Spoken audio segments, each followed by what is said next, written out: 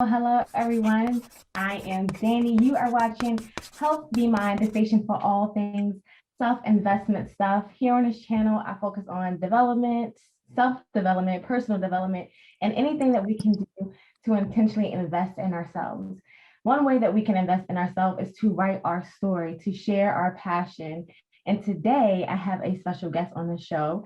His name is Victor Bell. He is the author of From Secrets with Men to Romance with Him. And he has wrote a book and shared his story with the world. His book is available on Amazon.com. Before I bring on Mr. Bell, I just want to read to you guys what the back of his book says. 5 years old, Victor Bell's thoughts came in contact with a very taboo inclination. While watching a passionate scene on a soap opera at his babysitter's house, Victor immediately had a desire to be the woman in the scene. Yes, at 5 years of age, Victor developed a carnal desire to feel everything that a woman does.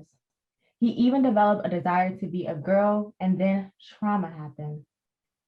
To fill the void from verbal bullying and physical abuse from a member of his family, Victor's desire to attach more to what felt good grew stronger. Along the way, Victor became deeply insecure, angry, fearful, prideful, and lustful. The attributes would shape the next 18 years of Victor's life up to the point where Victor accepted being a down low homosexual. In addition to an adamant use of alcohol, marijuana, and womanizing, Victor consistently embarked on a secret nights with men.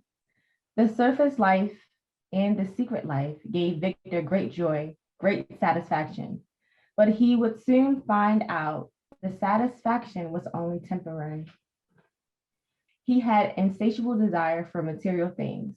He had massive high and gripping lows, along with a growing cavity of emptiness.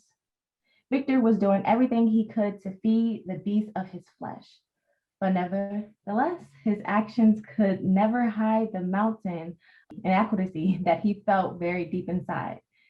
After falling in love with a beautiful woman that truly had his best interest at heart, but yet leaning towards just coming out fully as homosexual, Victor was forced to make a decision. Was he born this way? Was a decision to be with men inevitable? Or was there something else greater than his desires that would romance him away? Ladies and gentlemen, I have Mr. Victor Bell. How are you today, Mr. Bell? I am wonderful. Thank you for having me, Danny. It's a pleasure to be here. From the first time we met on Clubhouse, listening. I'm talking over you already. It's okay. It's okay. Yeah, I said it's a blessing to be here from the first time we met on Clubhouse. And thank you for having me. Awesome. Well, I'm so happy to have you here. I do remember when we were in Clubhouse and you came in our group, and I was just so thankful to have people come in that group, because at that point it was a new platform for me, and it was exciting to just listen to people and talk. And so we started a little writers club, and people would just share their stories, or they would practice a monologue, or they would practice something as it relates to being a writer in this group. And Victor Bell came in and he shared his story, and I think everyone's ears were attached to their phones. You have a very interesting story, and I have a lot of questions for you, but I do want to keep this concise, just so that people can really get the depth of you, the depth of why you wrote your book, and why it's important for them to check it out. So I won't get into too many details on today's show, but I do have some questions that, some people who are interested in reading the story may also have. All right, Arthur, Victor Bell, thank you so much for being here. I appreciate you taking the time out to come on Health Be Mind. I just want to get started with a basic question. What sparked you to become an author? Your on screen actually went sideways. Yep, there we go. What inspired you to become an author? I wanted to tell my story. I wanted to tell my story, the love story, my love story with Jesus Christ. I wanted to share it with the world. That's the direct reason why I became an author. to share your story about your love with Jesus Christ? Yes. Okay, awesome.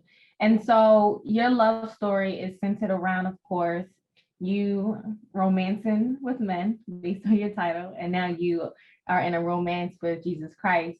But let's Yeah. go back to that childhood and what sparked this initial love for men.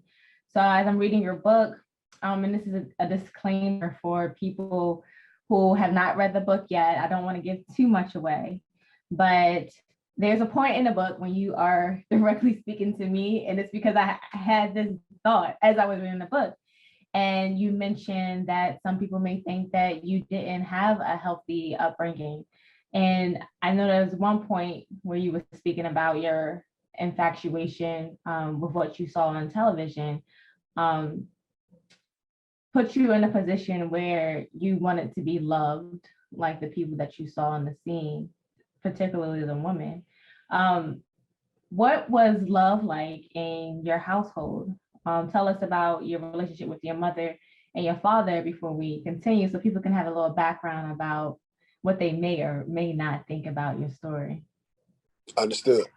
I had a generally loving home, a generally nurturing, family oriented home.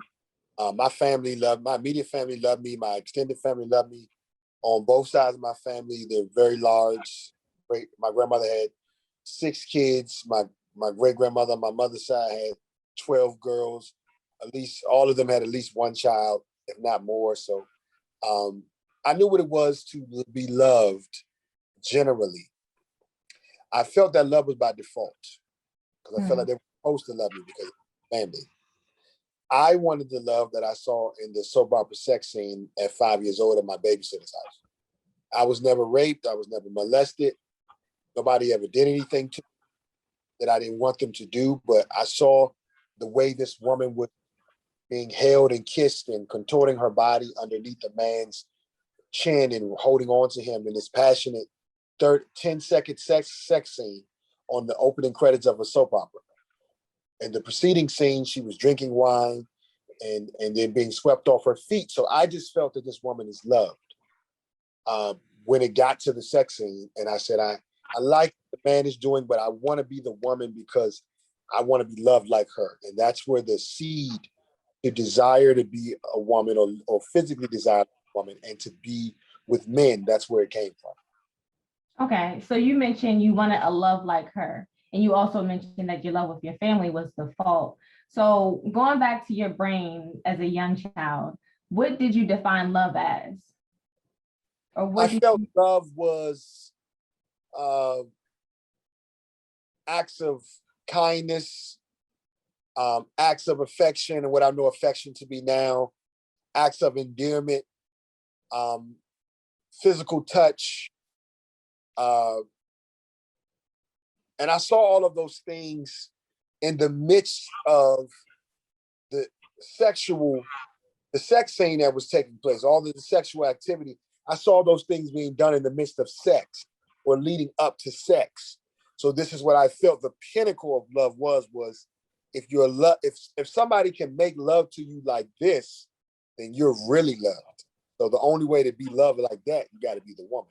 Okay, I'm following.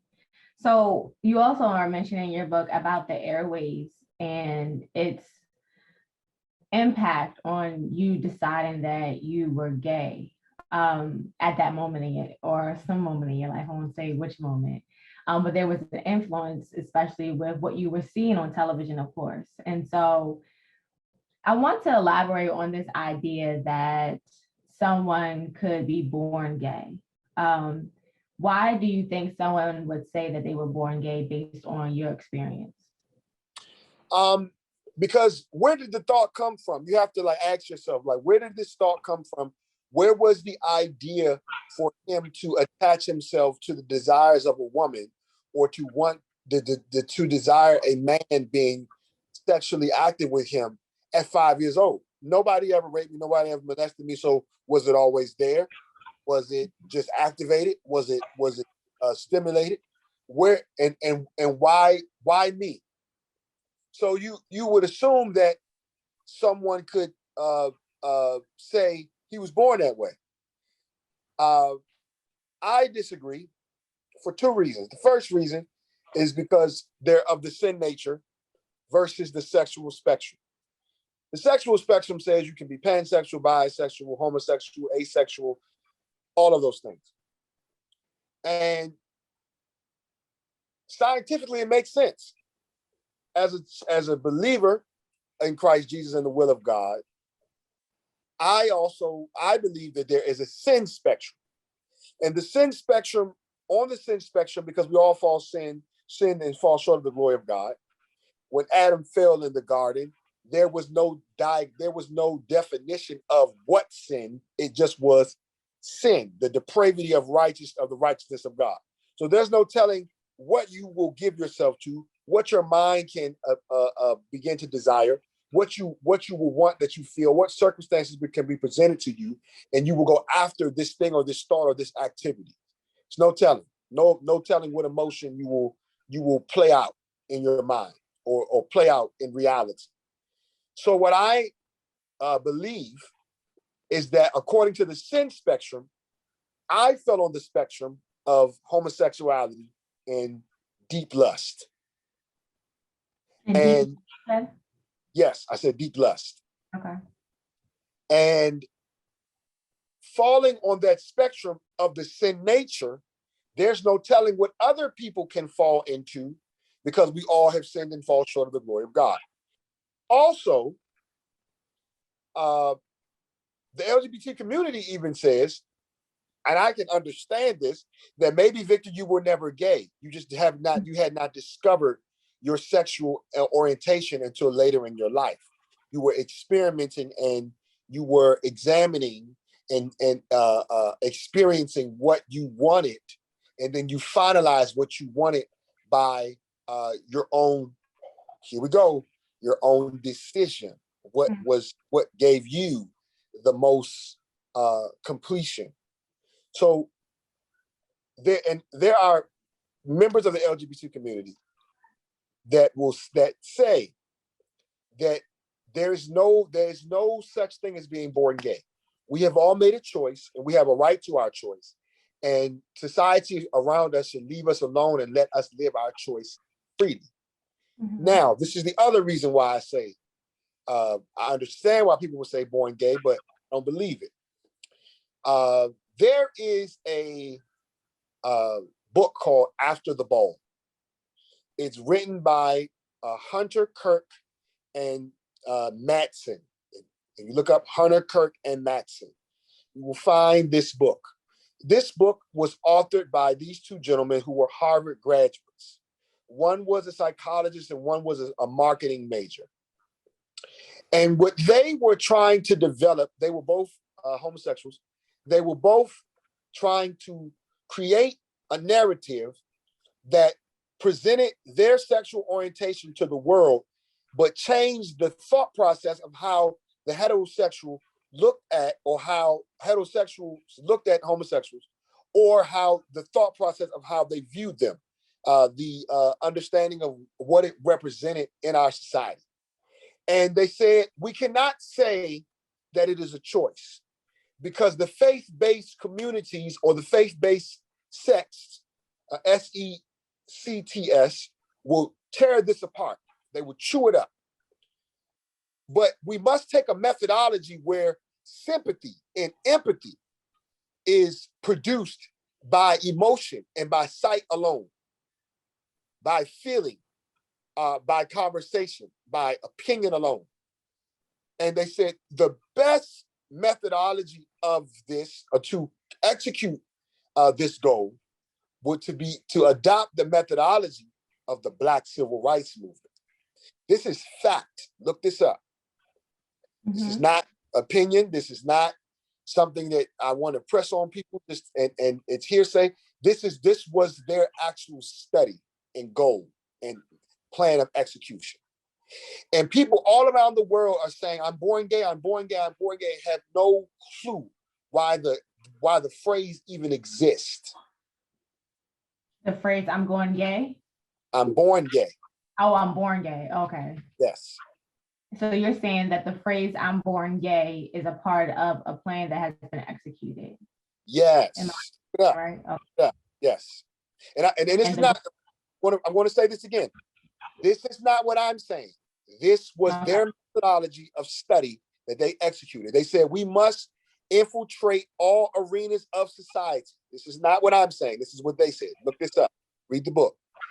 They said we must infiltrate entertainment. We must infiltrate the education system. We must infiltrate the judicial system. We must infiltrate law enforcement. We must infiltrate the church. We must infiltrate all areas of society so we can be seen as normal. And if anyone opposes us or has a difference of opinion according to our lifestyle, they will be viewed as a villain, or they will be viewed as wrong or deviant to society. They have executed and been successful in their goal, because today that is what society will present to you. If you disagree with homosexuality, not disagreeing with people, not discriminating or hating people or being evil to people, that's totally different from disagreeing with homosexuality as a concept or a behavior. People being mistreated as human beings for whatever reason, and I repeat that, people being mistreated as human beings for whatever reason is wrong. If for any provoked reason that you discriminate or want to hurt them or be violent or be verbally insensitive to them, is wrong. But me disagreeing with you, I have a right in my human mind to disagree with you. And if you are saying that you want to take away my ability to disagree with you, you are trying to control the masses. So I just want to make sure I understand correctly. This book is written by a group of people who want to infiltrate two people. And that two people is a part of so they are telling the story, or are they the authors of the? No. They weren't telling a story. They were showing a plan of how to change the mind of the heterosexual in America.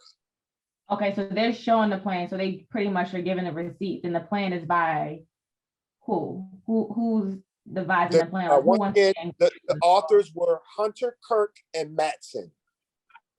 So Hunter, Kirk, and Mattson, are they the ones showing what someone is saying, or are they actually the people who wanted to put out that methodology? They created the plan. They developed the plan. They developed the plan. Oh, okay. Yes. And so what is the source of these two people? Why did they, like, what's their ultimate goal in developing this plan? They were gay, and they wanted the society to see them, and to see homosexuals as normal fits of society, which they should have been able to do without having to do this plan, because it's just in that time in society, if you were gay, if you were lesbian, you were considered deviant because of the heterosexual norm of society. So I believe their plan was obtuse, because what they did with their plan was they forced everyone to now see, to agree with homosexuality, or if you don't agree with homosexuality, that you're deviant, or you're wrong, or you're evil, or you're vilified.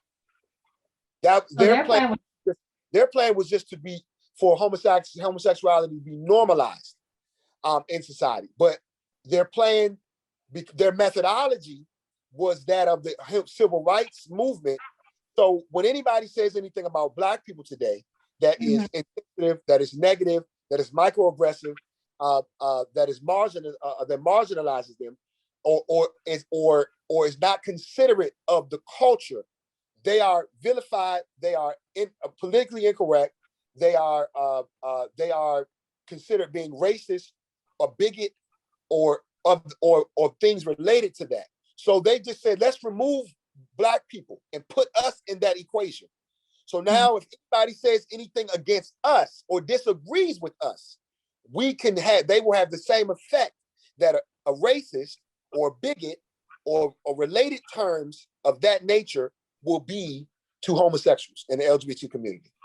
So these two men had this much power with just their thoughts alone to penetrate the generations after they published this book, in order for it to become a methodology. And this is, I guess, this two regular men, from my understanding, right? They're not no powerful source or anything like that. No, they weren't. They were Harvard graduates. They were very smart. From a marketing standpoint, their plan was excellent. It's psychological marketing to the umpteenth power. They did a wonderful job of doing that. I mean, their plan was much like Pepsi or Coca-Cola or Nike. When you keep seeing something, when it pulls on your emotions, that's what they wanted to do. Tug on the emotions of individuals around us so that people will begin to side with us and agree with us unconsciously. And unconsciously, they will disagree with anybody that disagrees with us. Okay, marketing. That makes sense. Marketing is very powerful. You know, we all know McDonald's because of the arch, and they just penetrate is a McDonald's everywhere because marketing is very powerful. And I'm glad that you brought that up, because that's one of my goals, is to have mindful marketing, like, because marketing is such a powerful source in the world, media, marketing, all of that. But what are we actually putting out in the media and the marketing? How are we sharing our thoughts and our concepts? Are they to lift us up, or are they to put us down? Or is it some devised plan? And which is funny is for these two people just to have a plan for everyone to not be able to disagree based on your summary of it is interesting, because I feel like we all in one way can market our thoughts. We can market our goals. And if we just shifted it right now, I feel like the vibration, and it could be different for whoever is listening, because we all have different perspectives in the world. But from my opinion, it looks like the world has marketed, bad energy, negativity. Like it's easier for people to think negative direction. So easy that if someone is positive or upbeat, it's almost like, why are you doing that? There like, you go. And then the world has created the narratives or the new definitions of what is positive. And they have created new definitions of what is negative. Yeah. You got to think about it. Let's just look at this from a perspective of visibility.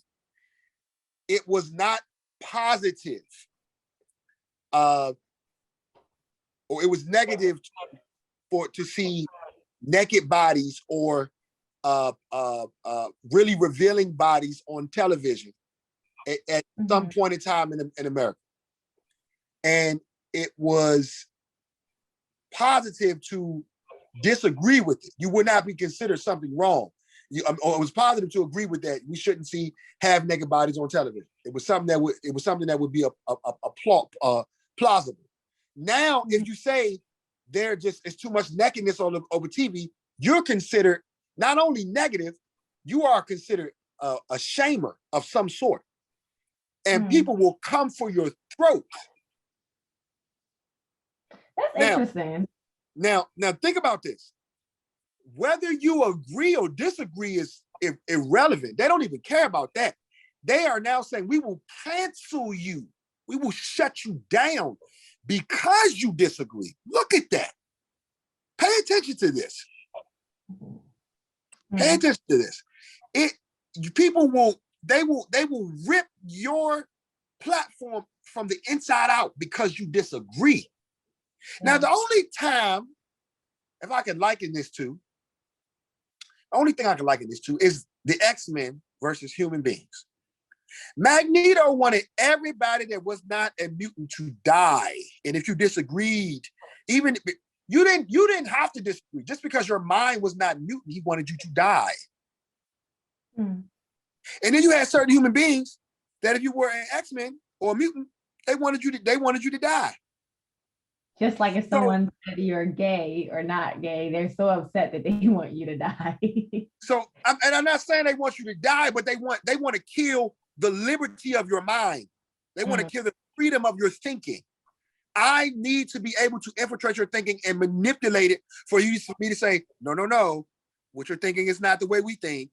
What you're thinking is wrong. It's not a part of our utopia. It's not a part of our society.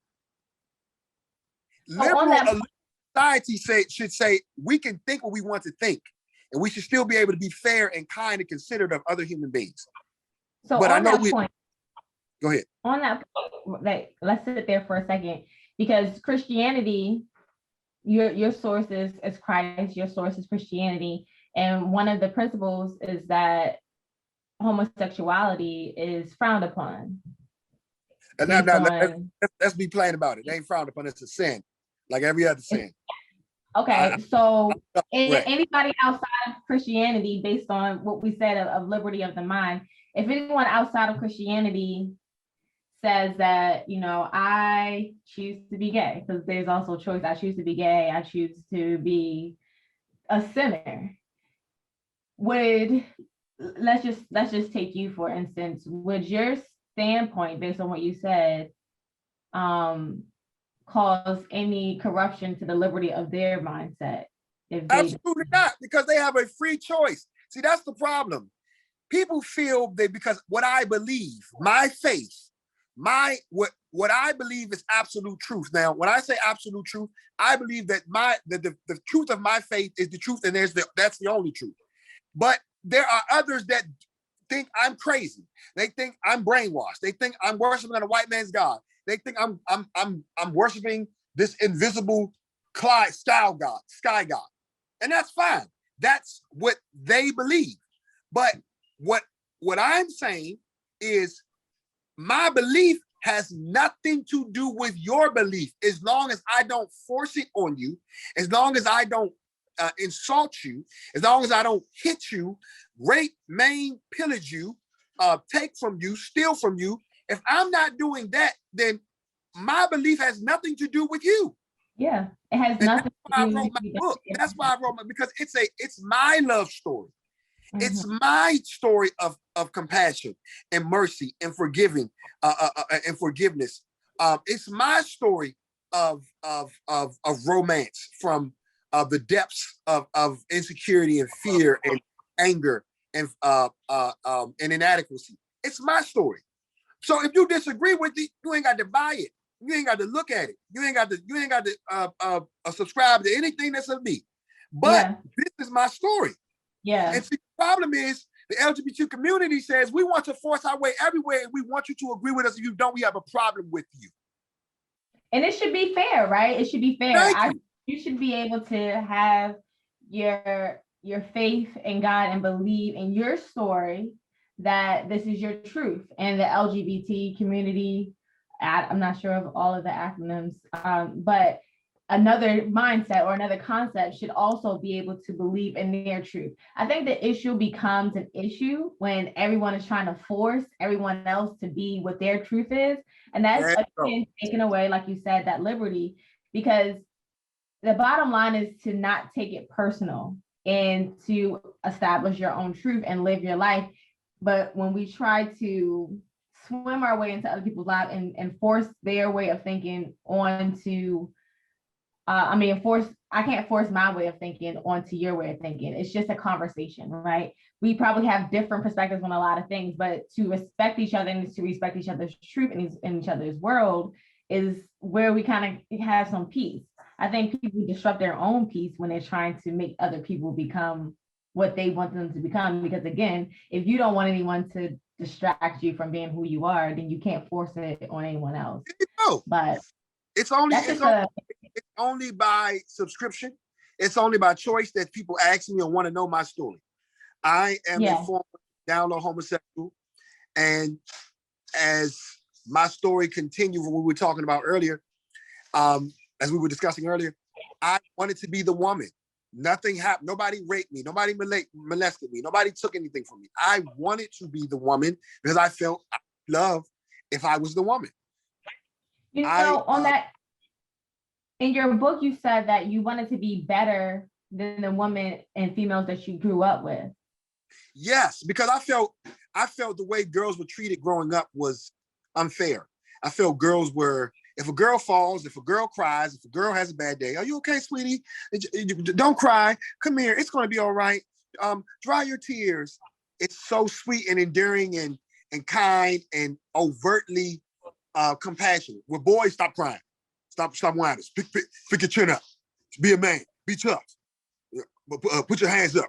Body shots, arm shots, a punch to your arm. All the rest of that. And it's conditioned Majority by men. The understanding of men is what men think. We pass it on to men, to boys. Races have passed it on to boys, but women think the same about boys, and our society says that. So in my mind, I said, I want to receive this love, receive this compassion, receive this affection, receive this romance, and be a better steward of it. And I felt that I could, because I'm a man and I know how men think. So growing up, and then from a boy to a teenager, and I'm saying girls getting gifts now, girls getting money now, dudes standing in the girls' lockers and selling them all these sweet nothings. I said, man, what person wouldn't want that? Yeah. Let's just be plain. Let's just use human understanding. What person wouldn't want unprovoked, unconditional affection, kindness, endearment, physical touch, words of affirmation, quality time, all those particular things? What person wouldn't want that? And then what person, when you have felt sex at the height of its sensation, what person wouldn't want to feel all of those things I just said with great sex? That's a really interesting concept that you laid out, and I remember reading that in your book, and I was just like, you know what?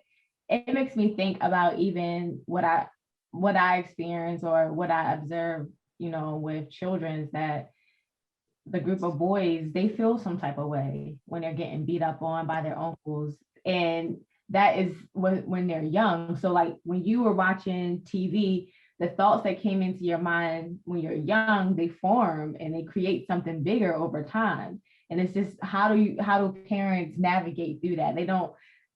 This is your story, so you're telling this from your perspective, and this is how it was impacted on you, is through the TV, and then watching girls be treated better than boys. So I wonder, where is that balance? Because then if you start to treat boys with love and care, and giving the nurture of the mother, it's like, oh, you're too soft. And if you're too soft, then they're going to end up like a girl. So do you feel like you have an answer for what would create balance for a young child, or how parents or uncles or big brothers should interact with young boys in order for them to feel like it's okay to be a boy, it's okay to have strength, and it's not the fact that you're never going to get kisses or warmth, or you just have to be strong all the time? Because I feel like that has an impact on the mental well-being of a lot of Black men, is that they have to be so strong, they can't have emotions, and therefore they're acting out. They might act out in different ways. One way of acting out, and this is just a theory, I'm not talking any fact, one way of acting out could be that I'm just going to be a woman since they have it all. Another way of acting out is I'm just going to turn to alcohol and drugs and abuse it to the point where I'm numb from the fact. Forgive me for interjecting. What you're saying are several ways that I believe that men act out. Because the first way men can do that is just be there. Be there. And when you're there and you're actively there, you're actively in their life, you're actively showing masculine affection, you're actively showing them how to navigate their emotions, you're actively showing them how to being cared for is not soft, or it's not weak, or you're not a punk. You're actively showing them how to communicate and express their emotions and express how they feel. When you're actively doing that, but the problem is so many men don't know how to do that because they weren't told it was okay to do that.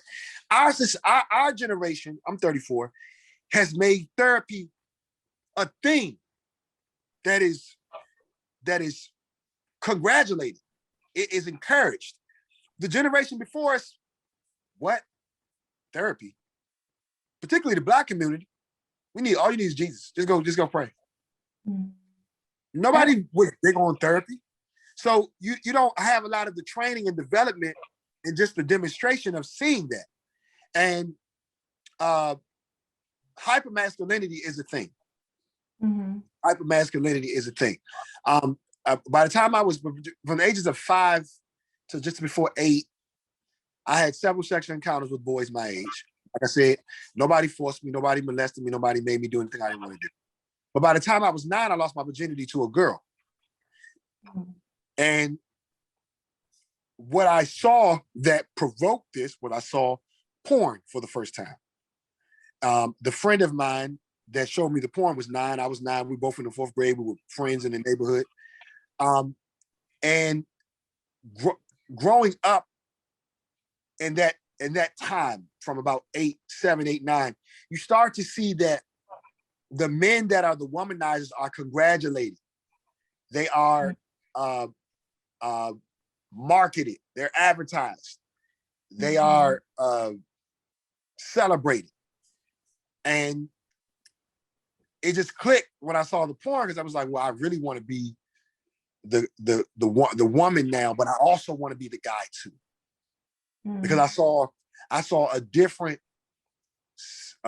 response sexually and verbally and physically that I had never saw, but I felt it came from the proceeding of things like walking down the beach, being swept off your feet, eating a romantic dinner, and then having this mind-blowing sex.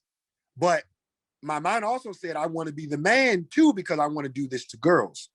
So you find a way to be what is presented before you and what's around you, regardless of what type of house you grew up in. Is what you see around you. Yeah. And that took me down a deeper road of lust. It took me down a deeper road of sexual desire, all still wanting to be the woman. So media seems like it's the heart of it all, because you go back, you mentioned that it's not taught in a household of how to be masculine and things like that. And if you go back to it, I'm sorry, I could cut you off. It's not, I wouldn't say it's not taught. It's not taught how to be masculine, how to be masculine and be in touch with your emotion, how to express how you feel in so many households as a boy. And to that point, if we go back to even maybe the root of slavery, and slavery, that's where a lot of it may have stemmed from, because the slave owners used to abuse Black men in front of their Black women. They abused them, they raped them. And so when you have that as your source, and then you're moving out of that, it's like, well, how do I start to lead a household? Now I might be overpowering what it means to be a man, because for so long I was stripped of my manhood and couldn't do anything about it. And I was stripped of my manhood right in front of my family and my woman. Yeah. And I wonder if that energy or that spirit is kind of pervasive, and we need to break that curse somehow, is that we're just all out of order. There's no balance. And the solution is what? How do people find a solution? Some people find a solution in religion. Some people find a solution in something else. I don't know how people find a solution, but they just try to make it or fake it until they make it. And I feel like we're all kind of just wandering out here trying to do what's right, be the best way. And then we're arguing about those same concepts, but nobody really knows, well, what really makes us get to a solution? What really is the answer? Everyone believes that they have an answer, but we still find ourselves in these battles. So let's get to the climax of my story. Okay. So the most satisfying things on this earth are food and sex. So the Bible says if you can, fasting, this type of power comes from prayer and fasting. And it's, if a man can abstain and control his tongue, he is, and tongue meaning saying whatever you want to say. The tongue gives you so much satisfaction and sensation. But if you can control what you want to say and control your body, control your flesh, that you are like a perfect man. Keyword, like a perfect man. Not saying you're perfect, but you're like a perfect man, complete man. So at the height of my life, or the height of the sexual peak of my life, I was totally given to sensations of being with several men at a time, of several women at a time. I used to attend all male orgies. I used to attend heterosexual swinger parties. I used to mixing brown and white liquor was how I drank. Throwing large parties. I used to throw large college parties where I could, pack out the club to full capacity, grossing anywhere from just under up to $10,000 a night. All of that was sensational, but I was left feeling empty on a many a night, thinking that this stuff would fulfill me. And the adversary kept saying to me, those of you that don't know who the adversary is, if you're not of the faith, it's the devil, Satan. The spirit of wickedness kept saying, just come out as gay. Just come out as completely homosexual. And that gave me peace to think about that. I had gotten to the point where I started feeling empty and I was just really ready to come out as completely gay. I did not plan on falling in love with Jesus. I didn't plan on giving up my life to be completely submitted to Christ Jesus. That was not a goal of mine. My mother made me go to church a night after a big New Year's Eve party that my girlfriend and I threw at the time. She was my girlfriend at the time, is my wife today. I go to church. The bishop calls me to the front altar. He calls me by name. It's not really something I was looking to do. And then he says, go sin no more. That kind of bothered me, but I really wasn't thinking about it too much till it kept ringing in my head. And then I get downstairs to my room and I hear, go sin no more, go sin no more, go sin no more. And I was upset. Because then I yelled, that means no. That means I can't be gay no more. And I knew it was the presence of the Lord, but I was not reverencing him as the Lord of Lords. And I was yelling and screaming and crying, but my yelling and screaming and crying, if you could translate it in a language, it was saying, let me be gay. Let me be gay. Let me be gay. I did not want to not be gay. It was my identity. It's what gave me fulfillment. It's what gave me confidence to be with men. So something had to conquer my mind. That's what I'm saying. All the things I told you I was doing and I was given to, something had to change my thoughts. Something had to look at me and say, what if I give you this, see how it feels? And that's what happened. So then I said, I'm ugly, I'm insecure, I'm fearful, I'm doubtful, I'm afraid, I'm not confident. You don't know what it's like to be me. That's what I screamed. You screamed that at the church or? I was on my knees in my room. Oh, okay.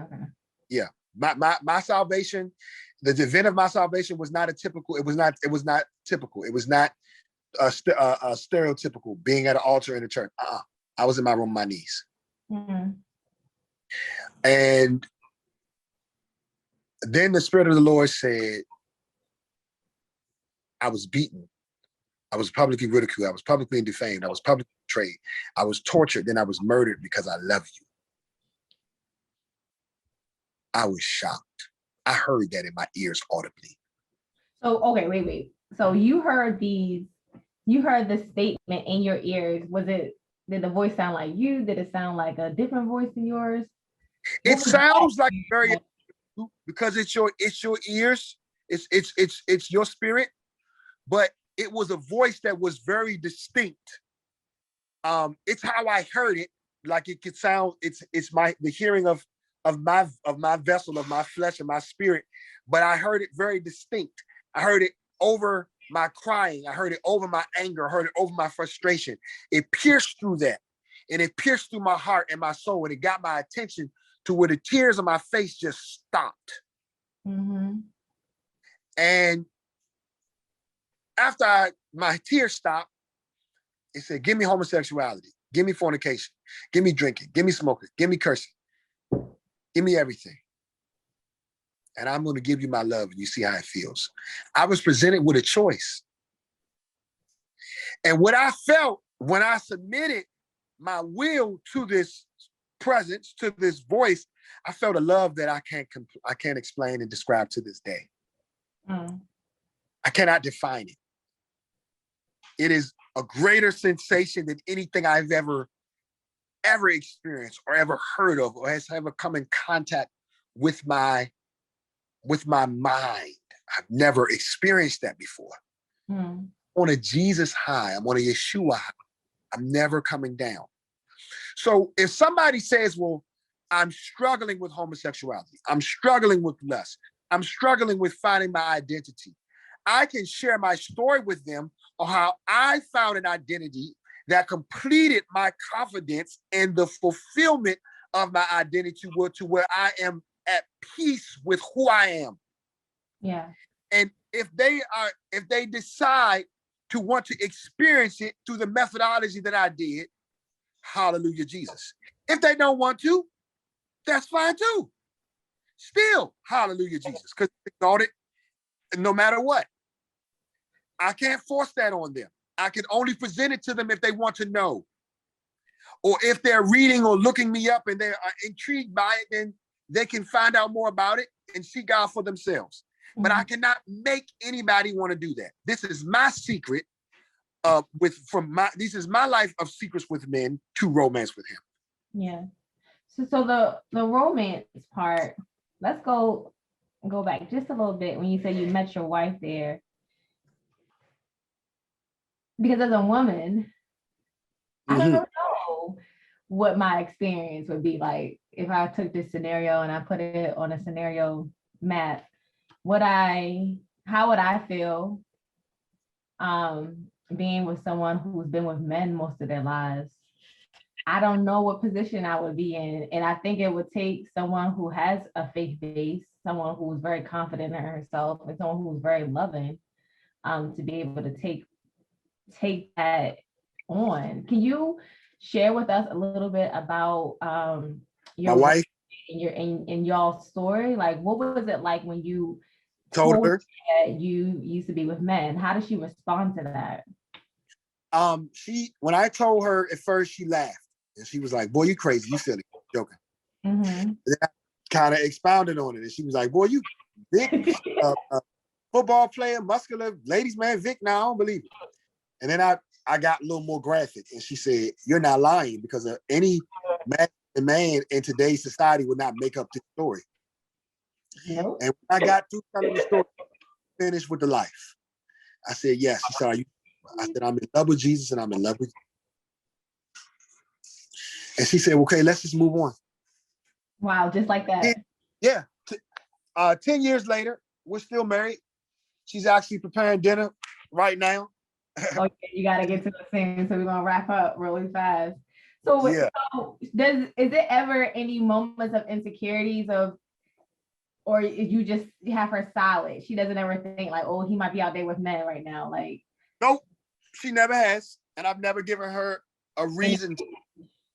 Yeah, I've never given her a reason to think it with women either. You got to think, I was still a womanizer on the surface. I still slept with a lot of women too.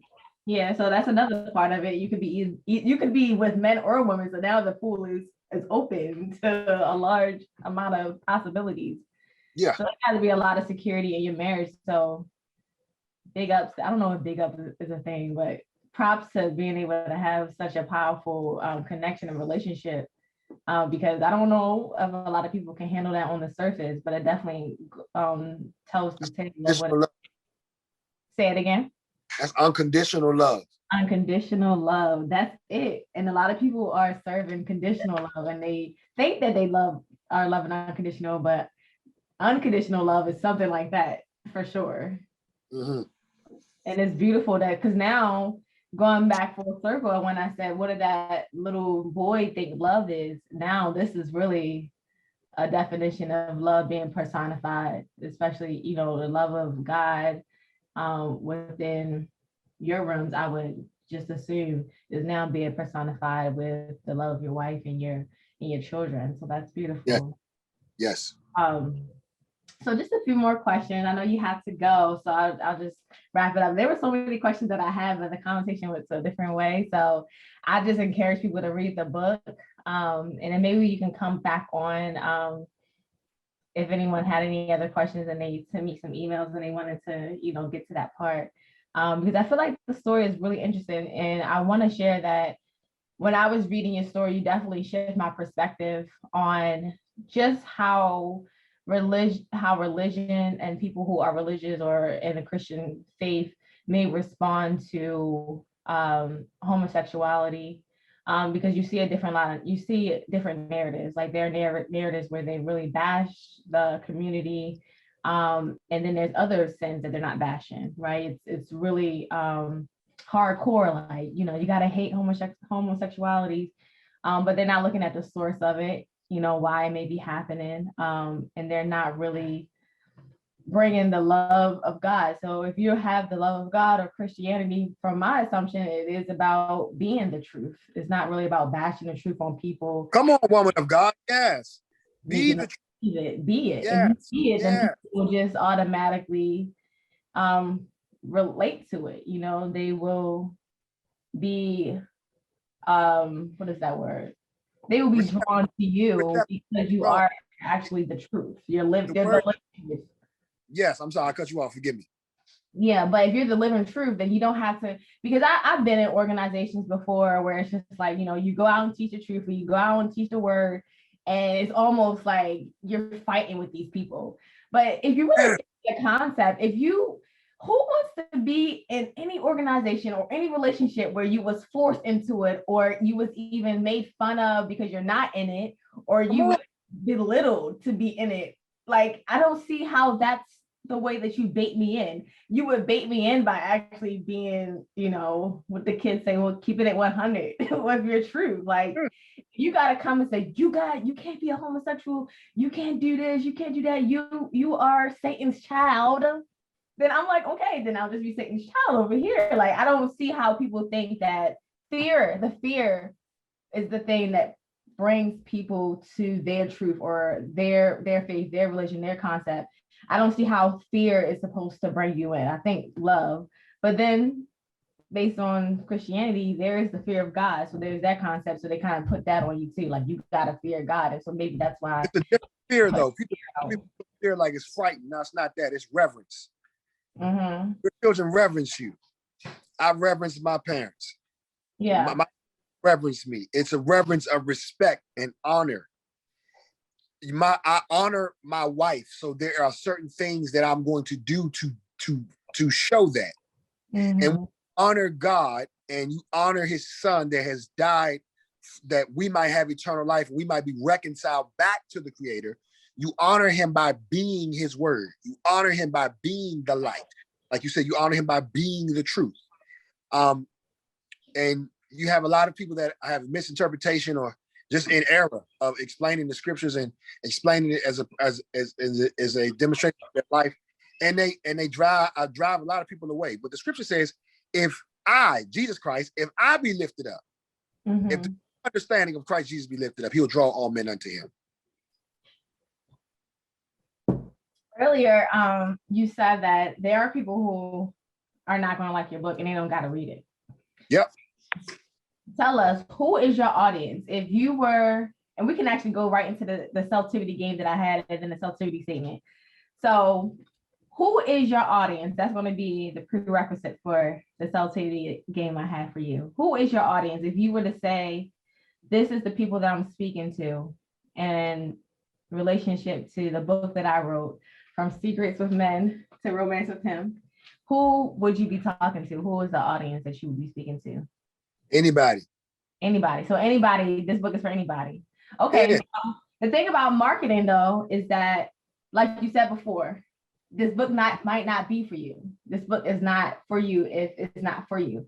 So in order to be a marketing genius, you have to understand that to market to everyone is a failed attempt, because everything is not for everybody.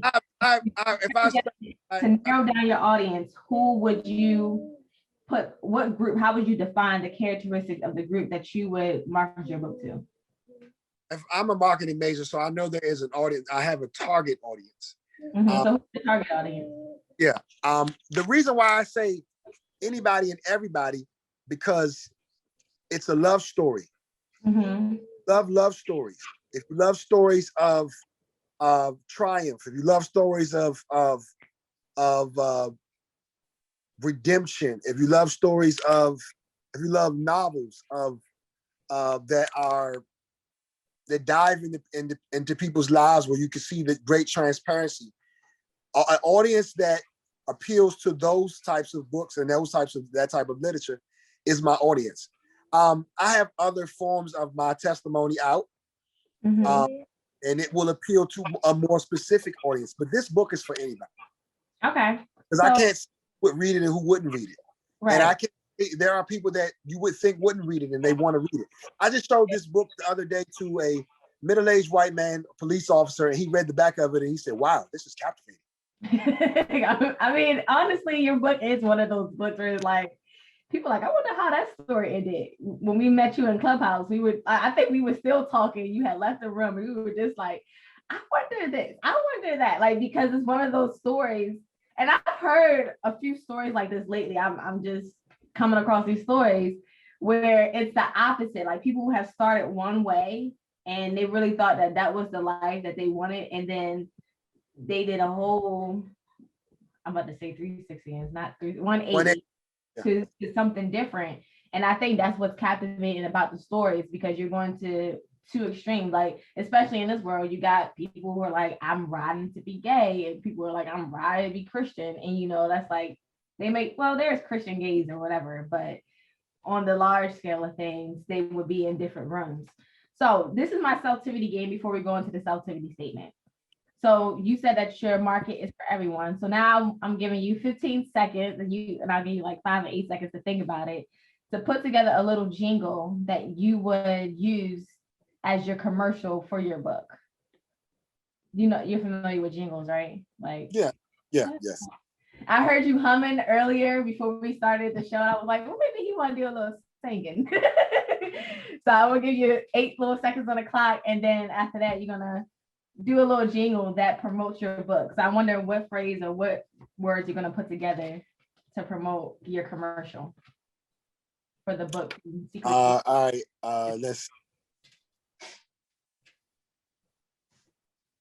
All right, 8, 7, 6. I know she's like, what in the world this girl got to be doing? All right, you ready? Your jingle time is off the top of your head. Let's go.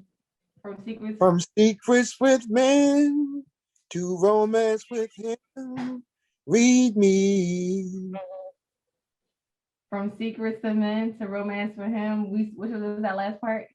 I said, read me. Oh, read me. Okay, there you go, everybody. That's our selectivity game that we have. And now we're gonna go into our selectivity statement. And I've shared this with you earlier, and I'm just gonna share it again with the audience. A selectivity statement is a type of selectivity. A selectivity is any intentional activity to invest in your health, your being, and your mind, anything to help you become a better person. And that could be defined by you. Selectivity statement is one of the selectivities I created, which is very similar to an affirmation, but it's not just any affirmation. It's an affirmation coupled with an intentional action that supports that affirmation today. So Mr. Victor Bell, author of From Secrets of Men to Romance with Him, what is your selectivity statement? I will be sovereign. And how do you support that affirmation? By isolating and separating my thoughts from anything that tries to control me or hinder me from my purpose. Okay, I like it. Come through. Well, thank you so much for your time here. This conversation was really, really interesting. And I didn't know it was going to go this way, but I think a lot came out of it. So I really am thankful for you sharing yourself, sharing your story. There was a lot of message within you. And I'm actually surprised because I didn't know that you thought the way that you did. So I really learned about who you are. I kind of had a generic understanding. But there is some depth to who you are and how you present yourself. And it's not just like, hey, this is the way it's supposed to be. And I appreciate that. Appreciate you being open-minded and coming on the show. I'm going to give you this opportunity to close out, to tell people where they can find you, where they can find your book. And if you want to, you can go ahead and talk about your brand. So here's the floor. You can find my book on Amazon.com or Barnes & Noble. Once again, it's called From Secrets with Men to Romance with Him. You can also purchase it Apple products are sold as a Kindle. You can reach out to me on Instagram at Love and Sword. It's LANDSWORD. Love and Sword. You can reach out to me on Facebook at Victor Edward. You can reach out to me on Clubhouse at Victor Edward at Yeshua Over Lust. My story is also featured on the 700 Club. No more illusions of love, or I think it's no more illusions of love. But if in Victor Bell 700 Club, you can find it on YouTube.